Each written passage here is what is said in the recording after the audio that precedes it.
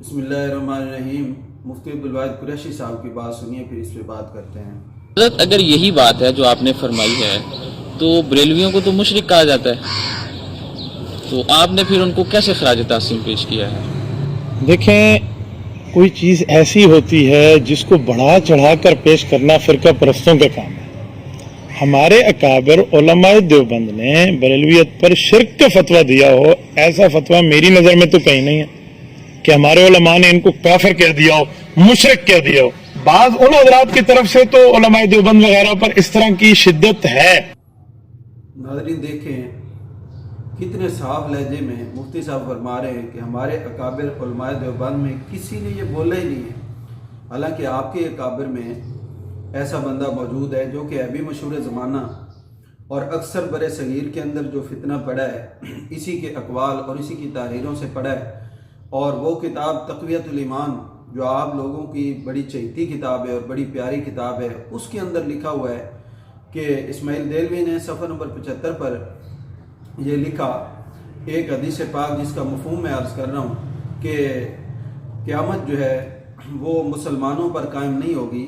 قرب قیامت میں شرک رائج ہو جائے گا اور لوگ دوبارہ شرک کی طرف لوٹ آئیں گے، یمن سے آواز چلے گی، جس کے دل میں رائی کے دانے کے برابر بھی شرک ہوا، ایمان ہوا، وہ جناب وہ بھی مر جائے گا اور سارے مشرکین رہ جائیں گے، پھر قیامت جو ہے ان پر قائم ہو جائے گی۔ یہ حدیث لکھنے کے بعد اس کی تشریح کرتا ہے اسماعیل دہلوی اور کہتا ہے کہ اس حدیث سے معلوم ہوا کہ آخر زمانہ میں شرک قدیم بھی رائج ہوگا، وہ رسول اللہ صلی اللہ تعالیٰ علیہ وسلم کے فرمانے کے مطابق ہوا۔ لو جی، عبدالواحد قریشی صاحب، اسماعیل دہلوی صاحب کہہ رہے ہیں کہ رسول اللہ صلی اللہ علیہ وسلم نے فرمایا تھا شرک قدیم رائج ہو جائے گا، وہ ہو چکا ہے، ہوا، اور ہوا تو آپ بھی سمجھیں گے یہ ماضی کا لفظ ہے، اور یہ وہ واحد تمہارا بزرگ ہے جس نے پوری امت مسلمہ پر شرک کا فتویٰ لگایا ہے، اور کم عقلی اتنی ہے کہ اپنے آپ کو بھی اندر رگڑ دیا۔ یعنی اس کو چاہیے تھا اپنے آپ کو تو نکال لیتا نا، خود تو یہ بیچارہ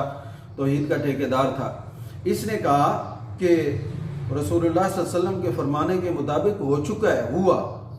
ہوا ہے، تو پھر آپ بھی تو اندر ہیں۔ یعنی اس نے عام مسلمانوں کو اور جمہور اہل سنت و جماعت کو کافر اور مشرک کہنے کے شوق میں اپنے آپ کو بھی رگڑ دیا۔ اور قریشی صاحب آپ بھی نہیں بچے ہوئے، آپ بھی اسی ہوئے کے اندر ہیں، تو آپ لوگ ان چیزوں کا بھی مطالعہ کریں، یا ان لوگوں سے بیزاری کا اظہار کریں، یا پھر آپ لوگ مانیں کہ ہمارے بزرگ غالی تھے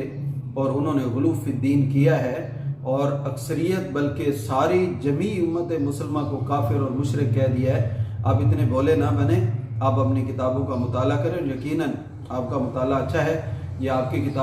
کتابیں آپ کے علم میں ہوں گی اور آپ نے پڑھی ہوں گی، لیکن آپ نہ جانے کیوں ایسے وہ پردہ پوشی کر رہے ہیں۔ پردہ پوشی نہ فرمائیے، ان کتابوں کو پڑھیں اور حق لوگوں کو بتائیں کہ ہمارے علماء نے، ہمارے بزرگوں نے تو